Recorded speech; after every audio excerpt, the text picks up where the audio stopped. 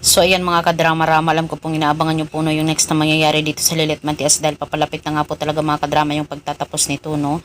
At alam naman po natin mga kadrama, I think ngayong week matatapos na nga po talaga yung Lilit Matias sa huling hantungan nga po doon sa kulungan ni Patricia, dahil alam naman po natin mga kadrama na itong si Trixie una po talaga ay dinicline nga po niya yung tawag ng dad niya dahil ayaw nga po niyang makulong yung mami niya, pero napag-isipan din talaga ni Trixie na gawin na lang talaga yung tama, harapin na lang niya po kung ano po talaga yung nalalaman niya. At dahil nga po talaga dito ay nagkita nga po itong si Ramir at saka itong si Trixie at pumunta nga po talaga sila doon kay Lilet at sinabi na din talaga ni Trixie na, Ate Lilet, titistigo na ako labang kay mami, kailangan kong itama ang lahat. Sorry kung di ko sinabi agad ang nalalaman ko sa inyo dahil natatakot ako na mawala si mami sa buhay namin at ayaw ko din talagang masaktan si Daddy Ramir. Kaya sorry, pero ngayon talagang napag-isipan ko na kailangan ko talagang itama yung dapat itama.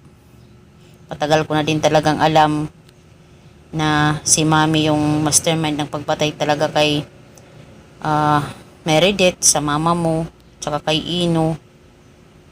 Sinabi ni mami sa akin na ginawa daw niya yung mga bagay na yung para sa akin, pero hindi ko talaga nakikita na para po talaga yun sa akin.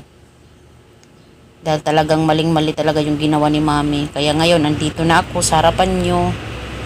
Gagawin ko na talaga yung tama. Kailangan kong gawin para magkaroon na rin ng talaga ng hustisya si Meredith at saka ito si Ino, yung Ate Lilet. Kaya sorry sa inyo kung hindi ko nasabi kaagad. Dahil hindi rin talaga madali para sa akin bilang isang anak na malaman talaga yung katotohanan na yung magulang mo yung totoong pumatay sa taong matagal nyo nang gustong makuhaan ng hustisya. Hindi ko ipagkakait yun. Kahit mami ko yung dito, kahit yung mami ko yung magiging sakdal dahil sa ginawa niyang kasalanan, pero wala akong magagawa, kailangan kong ituwid yun. Kaya salamat din natin Lilit sa pag-intindi, ganito ganyan. Kaya sobrang nakaka-amaze lang po talaga mga kadrama na ito yung gagawin ni Trixie, diba? Ituwid niya talaga yung tama dahil yun ang dapat. Dalawa sila ni Vivian na titistigo, kaya sobrang lakas talaga mga kadrama at wala na talaga kawala itong si Patricia. So yun lang po mga kadrama, abangan na lang po natin yung next na mangyayari. Bye!